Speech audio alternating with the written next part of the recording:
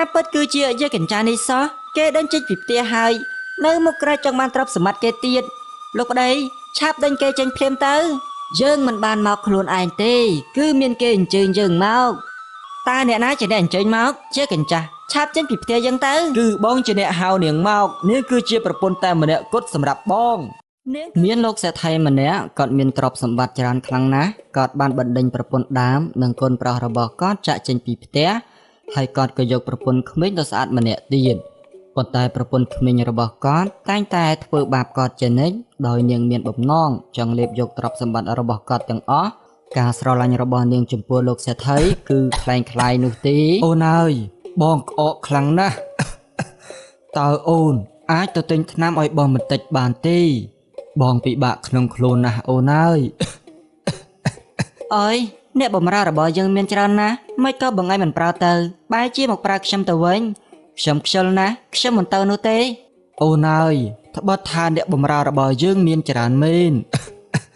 ប៉ុន្តែគេមិនសូវចេះដឹងនោះទេបើឲ្យគេទៅខ្លាចថាណែទិញថ្នាំខុសណាអូនចំណែកអូនជាប្រពន្ធបងអូនទិញថ្នាំឲ្យបងបន្តិចមកណាហើយលោកព្រះអើយមានប្តីចាស់ចាំជាពិបាកមែនហើយបងឈឺប៉ុន្មានថ្ងៃទៅជានេះខ្ញុំធុញណាបងដឹងទេអូនបងសុំអង្វរមកណាអូនទិញថ្នាំឲ្យបងបន្តិចមកបងពិបាកក្នុងខ្លួនណាស់ហើយក៏បានដែរចាំជារំខានមានមួយថ្ងៃនេះក្រោយនិយាយហើយប្រពន្ធក្មេងរបស់លោកសេដ្ឋីគេក៏បានធ្វើដំណើរទៅទាំងមិនចង់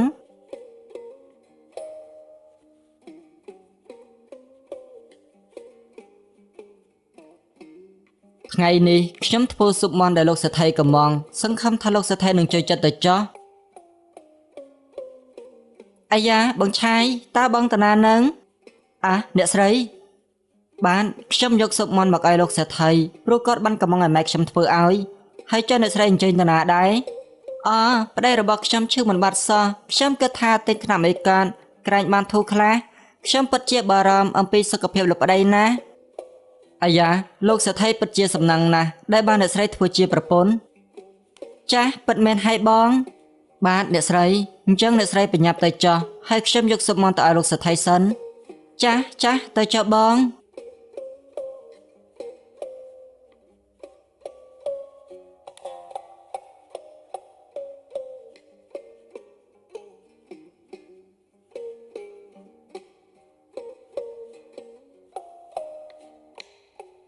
នៅពេលយប់ឡើងមកដល់លោកសេដ្ឋីនិងប្រពន្ធក្មេងរបស់គាត់ក៏បានចូលដេកប៉ុន្តែអាការៈរបស់លោកសេដ្ឋីហាក់បីដូចជាមិនបានធូរស្បើយបន្តិចសោះឡើយ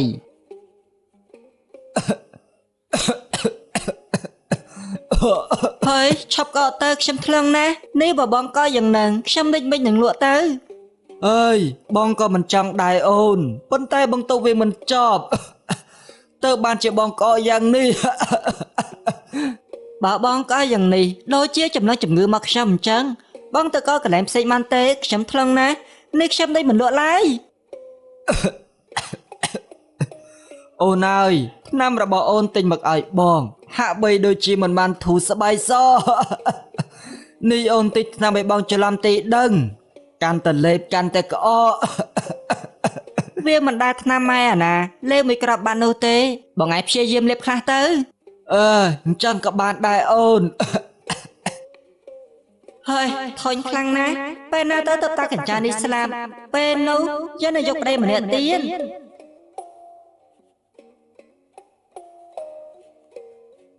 នៅពេលព្រឹកឡើងមកដល់អ្នកទាំងអស់គ្នាអើយមានដឹងទេដឹងអីតើជារឿងអ្វីទៅខ្ញុំមិនដឹងនោះទេមិញគឺថាការស្រីយើងណានាងតែងតែធ្វើបោកលោកម្ចាស់យើងជានិច្ចហើយយ៉ាអ៊ំស្រីកំចាត់តែនិយាយអីម្សិលមិញនេះណាអ្នកស្រីបានទៅទិញថ្នាំឲ្យលោកម្ចាស់យើងតែបើមើលទៅទឹកមុខនឹងសម្ដែងរបស់គាត់គឺគាត់ស្រឡាញ់លោកម្ចាស់យើងខ្លាំងណាស់ហើយយើងមិនកុហកឯងទេនេះគ្រាន់តែជាការសម្ដែងរបស់នាងតែប៉ុណ្ណោះអ្នកស្រីនៅក្មេងចំណែកលោកម្ចាស់យើងមានវ័យចំណាស់ទៅហើយនាងមិននឹងអាចឆ្លៃលោកម្ចាស់យើងនៃសមត្ថបានទៅនៅចំពោះមុខអ្នកដទៃនាងតែងតែនិយាយល្អអំពីលោកម្ចាស់សម្ដែងធ្វើជាស្រ័យលោកម្ចាស់របស់យើងខ្លាំងណាស់ប៉ុន្តែនៅពេលដែលពួកគាត់នៅជាមួយគ្នាអ្នកស្រីតែងតែស្ដីបន្ទោសឲ្យលោកម្ចាស់យើងរហូតប្រកាសឲ្យមិញខ្ញុំក៏ធ្លាប់បានឃើញម្ដងពីរដងដែរ ពេលនេះលោកសេដ្ឋីឈឺកណ្ដាលខាទៅហើយនៅតែមិនតាន់ជាទៀតខ្ញុំសង្ស័យតែអ្នកស្រីយកថ្នាំអ្វីឲ្យលោកម្ចាស់ដើម្បីយើងលេបព្រាបផ្ដាស់ឲ្យមើលទៅអើរឿងនេះយើងមានតែចាំមើលបន្តទៀតនោះទេស្អែកឡើងលោកសេដ្ឋីក៏បានហៅលោកមេភូមិមកធ្វើបណ្ដាមរតកលោកសេដ្ឋីខ្ញុំបានធ្វើតាមការណាត់ហើយប៉ុន្តែខ្ញុំពិតជាឆ្ងល់ណាស់ម្ដេចក៏លោកសេដ្ឋីប្រញាប់ចាត់ចែងទ្រព្យសម្បត្តិខ្លាំងម្ល៉េះលោកមេភូមិអើយ លោកមើលមកខ្ញុំមកបើខ្ញុំបន្តតើខ្ញុំរស់បានប្រហែលថ្ងៃទៀតទៅ ខ្ញុំមានប្រពន្ធតែម្នាក់អញ្ចឹងទ្រព្យសម្បត្តិទាំងអស់ខ្ញុំមានតែបកលិកទេបន្តិចទៀតលោកមេភូមិនឹងបានដឹងហើយពេលនោះប្រពន្ធក្មេងលោកសេដ្ឋីក៏បានស្ដាប់ឮអាយ៉ាមិនក៏តាកញ្ចានេះបញ្ញាធ្វើបណ្ដាមរតកខ្លាំងម្ល៉េះបើធ្វើក៏ល្អដែរយើងនឹងទៅយកចិត្តការធ្វើល្អដាក់ការព្រោះយើងគឺជាប្រពន្ធតែម្នាក់គត់អញ្ចឹងទ្រព្យសម្បត្តិទាំងអស់នេះនឹងបានមកយើងតែម្នាក់គត់អាយ៉ាលោកមេភូមិមិនថ្ងៃនេះលោកមកផ្ទះខ្ញុំអញ្ចឹងបាទអ្នកស្រីខ្ញុំមកធ្វើតាមការណាត់របស់លោកសេដ្ឋីដើម្បីធ្វើបណ្ដាមរតកយីលោកប្តីតើបងបញ្ញាធ្វើបណ្ដាមរតកលើម្ល៉េះតើបងឈប់ស្រឡាញ់អូនហើយមែនទេនេះបងត្រូវតែនៅជាមួយអូនឲ្យបានយូរណាអញ្ចឹងតើបងចែកមរតកនេះឲ្យនរណាខ្លះទៅព្រោះបងគ្មានសាច់ញាតិច្រើននោះទេបងមានតែខ្ញុំតែម្នាក់កូនពិតមែនហើយបងមានតែអូនតែម្នាក់កូន អញ្ចឹងទ្រព្យសម្បត្តិទាំងអស់នេះបងនៅបកលជូនប្រពន្ធរបស់បងតែម្នាក់គត់អ្នកផ្សេងបងមិនឲ្យចិត្តដាច់ខាតប៉ុន្តែមុននឹងធ្វើបណ្ដាំមរតកបងត្រូវតែចាំមនុស្ស2នាក់ទៀតសិនយីលោកប្តីនៅចាំអីទៀតមិនមែនប្រញាប់ធ្វើភ្លាមទៅ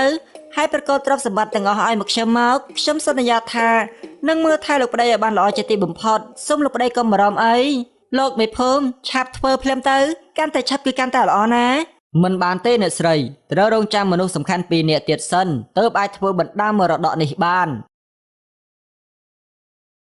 លោកប្តីក្រៅពីខ្ញុំតើមានអ្នកណាជាមនុស្សសំខាន់សម្រាប់បងទៀតទៅមិនអីទេអូនបន្តិចទៀតអូននឹងដឹងជាមិនខានអូរងចាំបន្តិចទៅខ្ញុំបានមកដល់ហើយសុំទោសដែលឲ្យអ្នកទាំងអស់គ្នារងចាំយូរហាតែពិតគឺជាយាយកញ្ចានេះសោះគេដេញចេញពីផ្ទះហើយនៅមុខក្រៅចង់បានទ្រព្យសម្បត្តិគេទៀតលោកប្តីឆាប់ដេញគេចេញភ្លាមទៅយើងមិនបានមកខ្លួនឯងទេគឺមានគេអញ្ជើញយើងមកតើអ្នកណាជាអ្នកអញ្ជើញមកជាកញ្ចាស់ឆាប់ចេញពីផ្ទះយើងទៅគឺបងជាអ្នកហៅនាងមកនាងគឺជាប្រពន្ធតែម្នាក់គត់សម្រាប់បងនាងគឺជាប្រពន្ធចាស់ដែលបងដេញចេញនោះមែនទេការនោះគឺជារឿងយល់ច្រឡំទេនាងគឺជាប្រពន្ធការពេញច្បាប់ចោះអេតាសវលត្រឹមត្រូវហើយពួកយើងក៏មិនតន់លេងគ្នាជាផ្លូវការដែរចំណែកនាងត្រឹមតែជាប្រពន្ធដូចលាក់មករស់នៅជាមួយយើងតែប៉ុណ្ណោះអញ្ចឹងនាងមិនមែនជាប្រពន្ធយើងទេទ្រព្យសម្បត្តិទាំងអស់នេះយើងនឹងបកគលឲ្យប្រពន្ធការពេញច្បាប់របស់យើងទាំងអស់មិនពិតទេហើយខ្ញុំទទួលបានអ្វីទៅចំណែកនាងឆាប់ចាក់ចេញពីផ្ទះរបស់យើងទៅយើងបានដឹងថានាងលួចមានសហាយជាមួយនឹងអាជក់នៅឯចុងភូមិនាងបានឲ្យវាទិញថ្នាំពុលមកឲ្យយើងលេបទើបបានជាយើងឈឺមិនចេះបាត់ដូច្នេះពេលនេះអាចកំបាំងរបស់នាងត្រូវបានលាត្រដាងហើយនេះកុំតែយើងព្យាបាលតនពេលវេលាទីបើមិនអញ្ចឹងយើងច្បាស់ជាស្លាប់ជាមិនខានឡើយនាងពិតជាពឹសពុលខ្លាំងណាស់ហេតុអ្វីបានជាបងដឹងតើបងជក់ប្រាប់បងមែនទេនាងមិនបាច់ចង់ដឹងថាយើងដឹងរឿងនេះមកពីណានោះទេដឹងត្រឹមថាយើងបានដឹងថានាងលួចក្បត់យើងតាំងពីដំបូងមកម្ល៉េះដូច្នេះនាងត្រូវតែទទួលខុសត្រូវតាមផ្លូវច្បាប់លោកមេភូមិលោកត្រូវតែចាត់ចែងរឿងនេះឲ្យយើងផងបាទលោកសេដ្ឋីចាំខ្ញុំរៀបចំឯកសារជូននាងឆាប់ចាក់ចេញពីផ្ទះយើងទៅពេលនេះគ្រួសាររបស់យើងបានជួបជុំគ្នាវិញហើយកូនប្រុសអូនសម្លាញ់ឲ្យបងសុំទោសនៅរឿងកន្លងផងណាអូនពុកពេលនេះខ្ញុំបានបញ្យល់ម៉ែហើយម៉ែក៏បានយល់អំពីពុកផងដែរពេលនេះគ្រួសាររបស់យើងបានជួបជុំគ្នាវិញហើយពុកអូនមិនប្រកាន់ទោសភ័យអ្វីដល់បងទេតែបងកុំក្បត់ចិត្តអូននឹងកូនទៀតអីណាបាទអូនបងសូមសន្យាថាបងនឹងលុបលាងកំហុសដែលបានធ្វើចំពោះអូននឹងកូនបងនឹងមើលថែអ្នកទាំងពីរឲ្យបានល្អជាទីបំផុតស្រីកាកៃនាងឆាប់ចាក់ចេញទៅហើយឈប់មករំខានពុករបស់ខ្ញុំទៀតនាងបានធ្វើបាបពុករបស់ខ្ញុំច្រើនឆ្នាំមកហើយកុំតែគាត់ដឹងអំពីល្បិចរបស់នាងទេកុំអីពីនេះគាត់ស្លាប់ដោយសារតែស្នាដៃរបស់នាងទៅហើយនាងពិតជាមនុស្សអាក្រក់ខ្លាំងណាស់ អានអត់ទេអ្នកទាំងអស់គ្នាមិនអាចជួបជុំគ្នាបាននោះទេ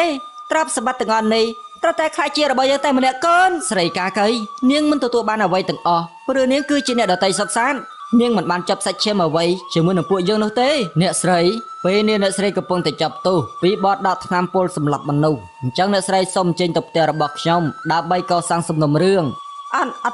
អត់ទេខ្ញុំមិនបានធ្វើនោះទេលោកមេភូមិខ្ញុំសូមអនុគ្រោះឲ្យនាងទៅចោះខ្ញុំមិនប្តឹងនាងនោះទេគ្រាន់តែឲ្យនាងឈប់រំខានគ្រួសាររបស់ខ្ញុំទៀតតែប៉ុណ្ណោះគឺគ្រប់គ្រាន់ហើយបាទលោកសេដ្ឋីអញ្ចឹងក៏បានដែរអ្នកស្រីសូមអ្នកស្រីឆាប់ចាក់ចេញទៅមុនពេលដែលលោកសេដ្ឋីបដូរចិត្តចាប់តាំងពីថ្ងៃនោះមកលោកសេដ្ឋីនិងគ្រួសាររបស់គាត់ក៏បានជួបជុំគ្នាឡើងវិញហើយបានរស់នៅយ៉ាងមានសេចក្តីសុខជារៀងរហូតទៅ